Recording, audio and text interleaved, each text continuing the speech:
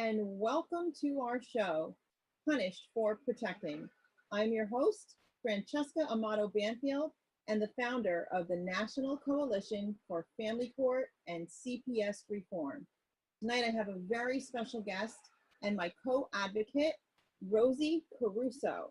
She is also on our board of directors, and Rosie is our research and development manager.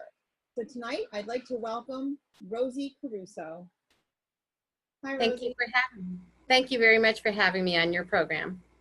Oh, it's our pleasure, Rosie, and we're very happy to have you here. Rosie, why don't you let the audience know a little bit about what you do and how you got involved in advocating. Okay, well, firstly, thank you for having me on your show. I basically had started out as an advocate for housing, and it turned into other aspects for advocacy programs. And then that's when I got involved with you in regards to CPS reform and the problematic issues related to the Ulster County in New York, and the issues that were at hand for wanting to protect children and fighting for the rightful parents, and helping them administer some brainstorming ideas and to assist along with paralegal ideas and having them have a win-win situation.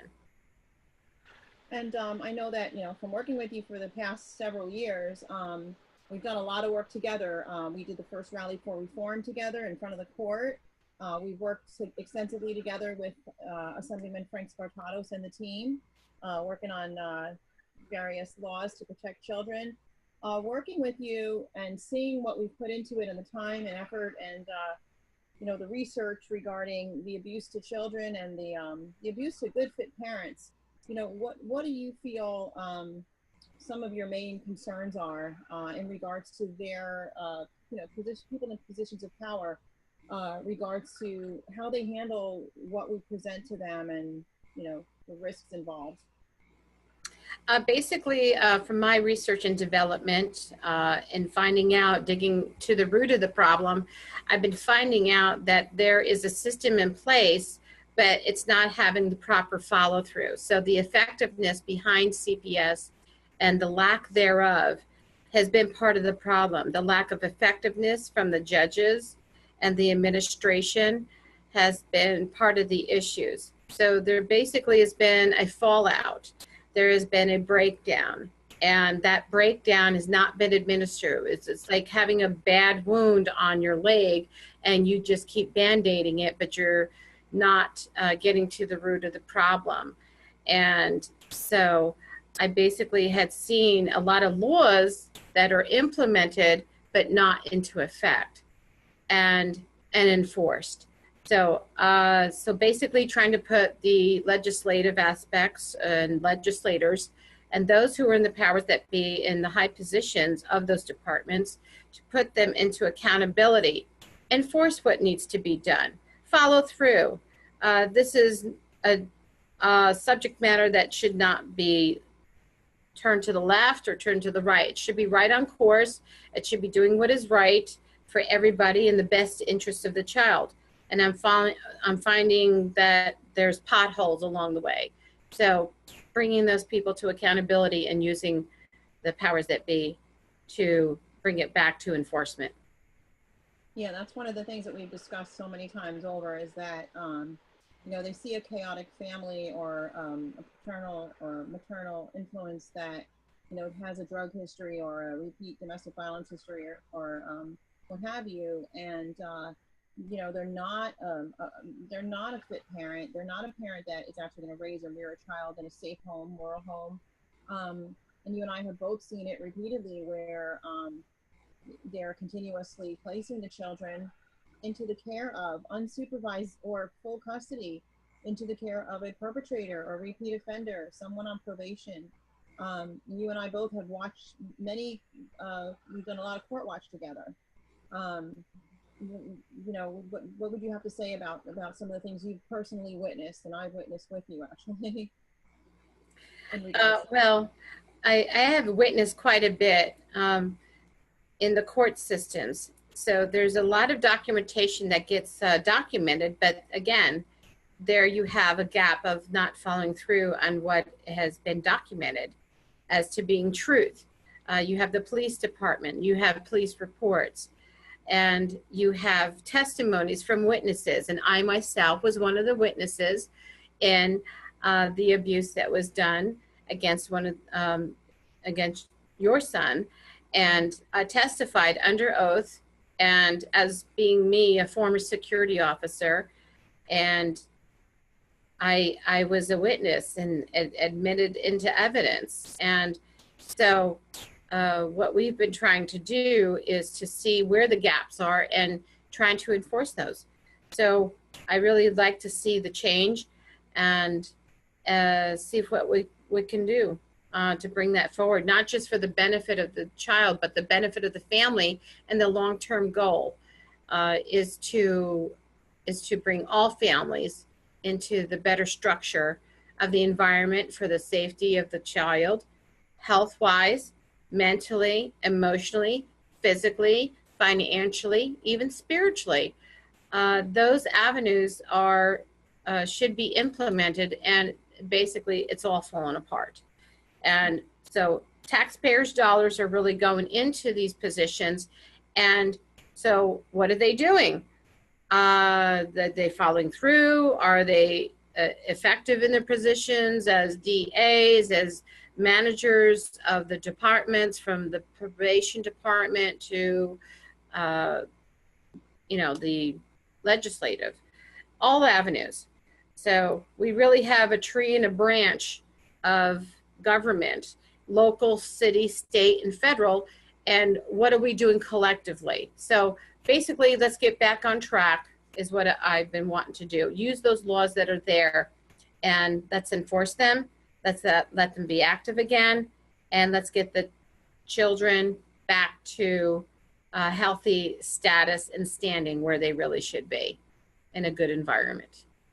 I can speak, obviously on a personal level, not just as an advocate, but as a survivor of that vicious cycle called family court, and and court watching and so on, and all the cases that we know about, and the very detailed portions of these cases that we know about, because you and I research the backgrounds of people. We don't just haphazardly choose a parent or parents. And I can affirm and confirm that I think they're making decisions that are absolutely just negligent. I'd have to say negligent, and children are actually placed in harm's way, and repeated court dates that go on until a child or children age out. And I agree completely, wholeheartedly with what you're saying. You had made a very important point that I agree with also prior to this interview, and I wanted you to kind of touch on that a little bit in regards to children and their pets, especially therapy dogs, and just pets in general. We have in Ulster County, we have a very big, magnifying glass on don't leave a dog in a car. It's a felony, and I'm all for that because I'm an animal lover, but I'm also a human being lover as well. I do believe in hugging trees actually, but I also believe in hugging human life and animals, and that everything is precious and we shouldn't pick and choose. And I find it very sad that children are completely neglected in family court in Crowder County. And I use this example all the time. If a cat is up in a tree, you make one phone call to the fire department and they're there. They're not investigating the house next door. They're not making you file a ton of reports to get that cat out. The ladder goes up and the cat comes down. Who can get himself down? But boy, when we have children in danger in this county, months and years go by and you're filing all over the place and you're spending hundreds of thousands of dollars with lawyers and this and that nonsense, and nobody does anything. What is your position on children and their pets? Well, my position is that I can speak from my own experience because I do have a parrot, and his name is Hazo. And he actually did get loose on my property, and the fire department graciously came to get him down from a 120-foot tree. That was my aunt's property. And so I believe that I've been wanting to turn him into a therapy bird. And pets are very, very important for the healing process of the children. It doesn't matter if it's a cat, it's a fish, it's a dog, it's a bird. any animal at all that they gear to and bond with, it's very therapeutic. We now bring animals into the hospitals for the elderly and the seniors, and they get better quicker. The responses of their healing process is very much increased. So they use animals right now for that. And again, leaving animals inside a car, a heated car, we have the right to break the window open to release. There's more rights for those animals. Let's, how much more than the children have rights to have a pet that they long for, a family that they long for, a family that they want to be with and request, and they should never be denied. If the structure of a child should be in a loving, safe, secure environment and a good foundation to stand on, then why should they be neglected what their rights are? They have children's rights as well. And I believe that to deprive a child of the therapeutic necessity of having a pet, and anyone, I don't care what position you hold, if you are neglectful of depriving a child of that right to have a pet or to long for it and not the request be denied, I think that matter needs to be looked into. I think that's a form of child abuse from the court system. And I'd be the first to tell any judge, you don't have any right to make those decisions of what a child wants, what a child desires, and what the child needs.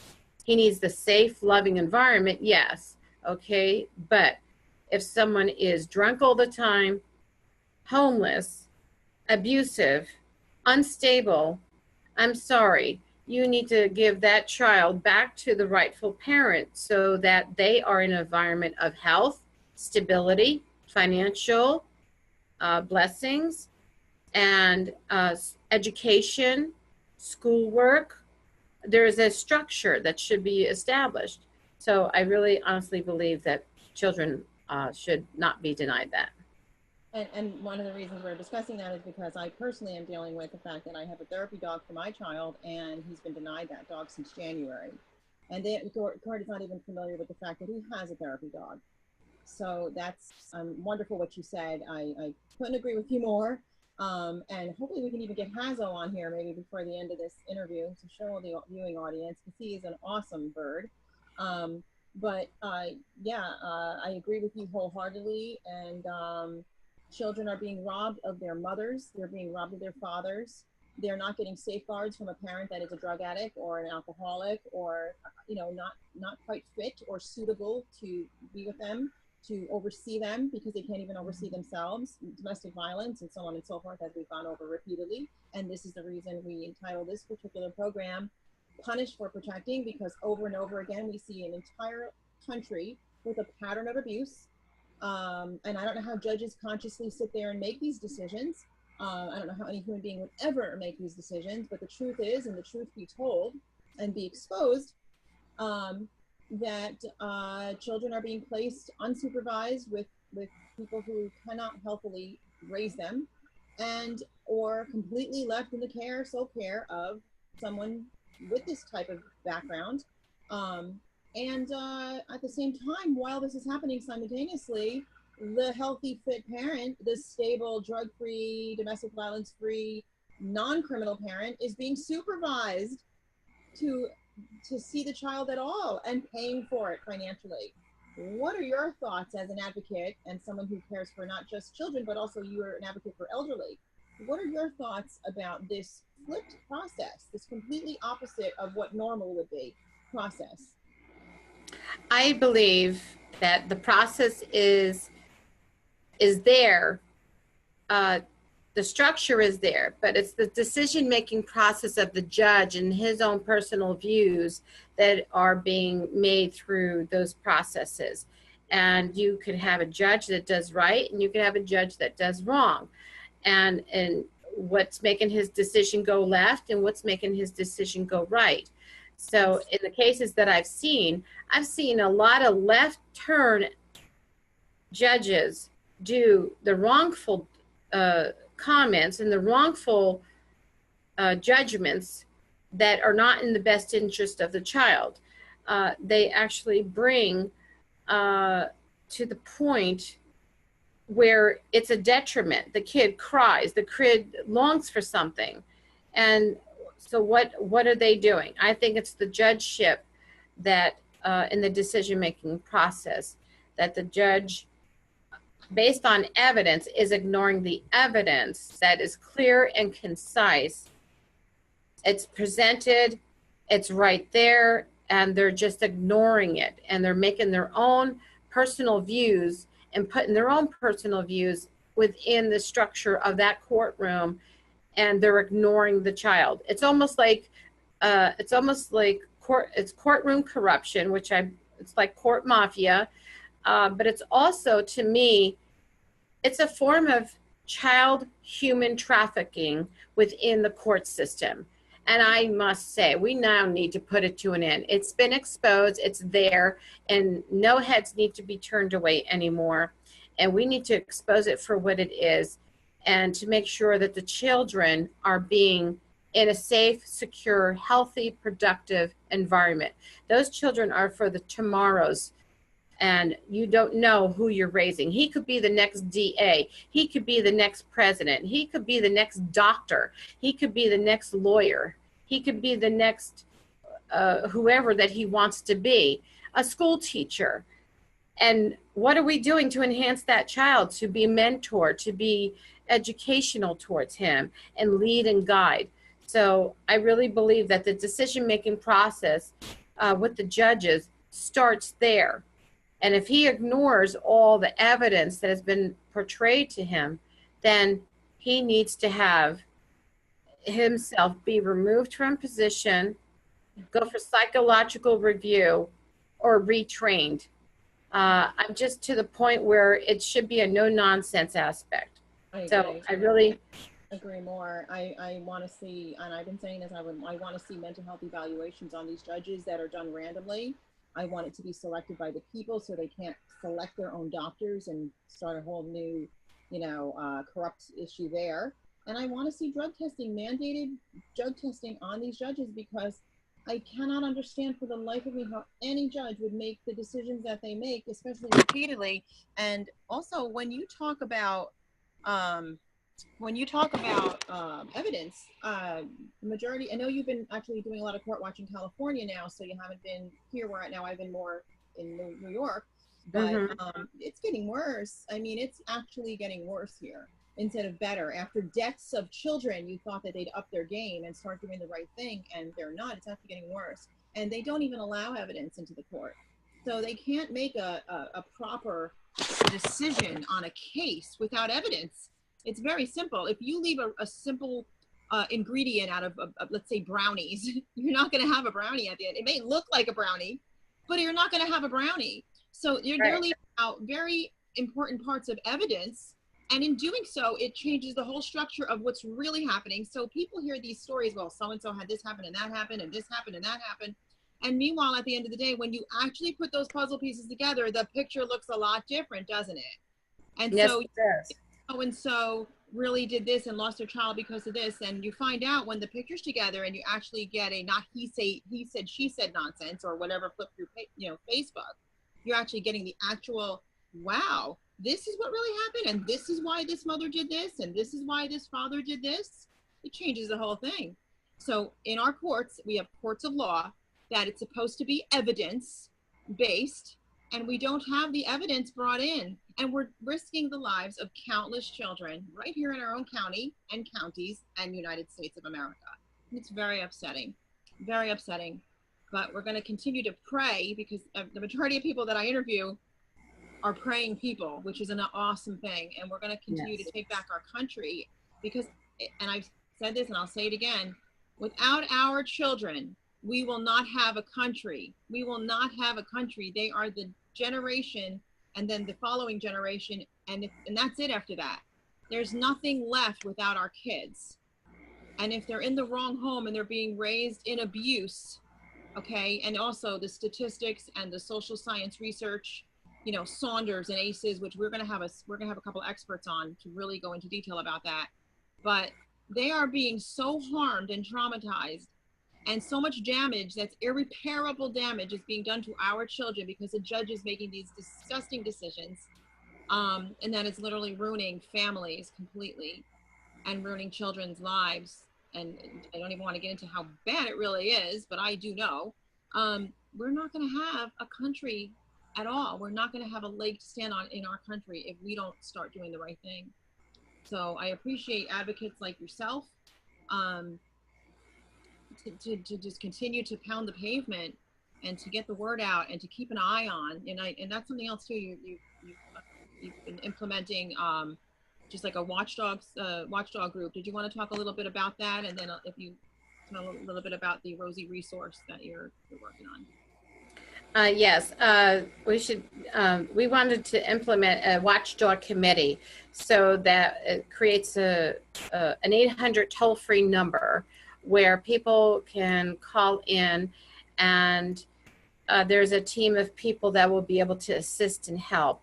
The watchdog committee is basically there to oversee in the courtrooms no legal matters, no legal gender, no legal information, like a paralegal sitting in a courtroom and understanding what is happening, knowing a case, and then seeing what is happening and occurring in the courtroom. Is the evidence, number one, being submitted? Is it recorded into the court records? Is it there in the transcripts? So the whole process from the administration to the testimony to all the way downstream to the implementation of the laws that are there. Is it justified? Is it good? Is it fair? Is it right? And if not, then let's leave these politicians and these judges and the administrative team that sits in the courtrooms, the county clerks, all of them, let's leave them all completely accountable. If mandate reporters step up to the plate and do their job and speak up, and they have evidence to support, CPS reform, if they're in that department and they're serving the community, let's just see what these watchdogs can do. Okay? So. Well, we're actually very close to out of time here, so I'm going to have you back on. And okay. I'm sorry having to close it. I'm looking at my time here, and I don't want to lose any of this context so that our audience can hear everything that we've discussed tonight. So I really appreciate having you, and I thank you so much for being here. We're going to get you back on. But if anybody would like to get a hold of Rosie, you can do so through our website, and also you can get also through our website, go to the contact section in the TV section, so you can learn more about being on our show. We want to hear your stories. This is Punished for Protecting. So I would love to hear your stories, and I need you to send it in through the contact form, a little bit about yourself, not a whole book because I don't have time, but just a little short excerpt about what you're going through, and we can prepare to go over your case a little bit, and then have you on our show because we want to continue to expose this, and this is a national problem. So you can get on our website, and you can also request Rosie through www.punished4beingaparent.com. Again, that's www.punished4beingaparent.com. Thank you all very much, and have a blessed evening. And thank you so much, Rosie. We really enjoyed having you. Thank you so much. Welcome. Good night now.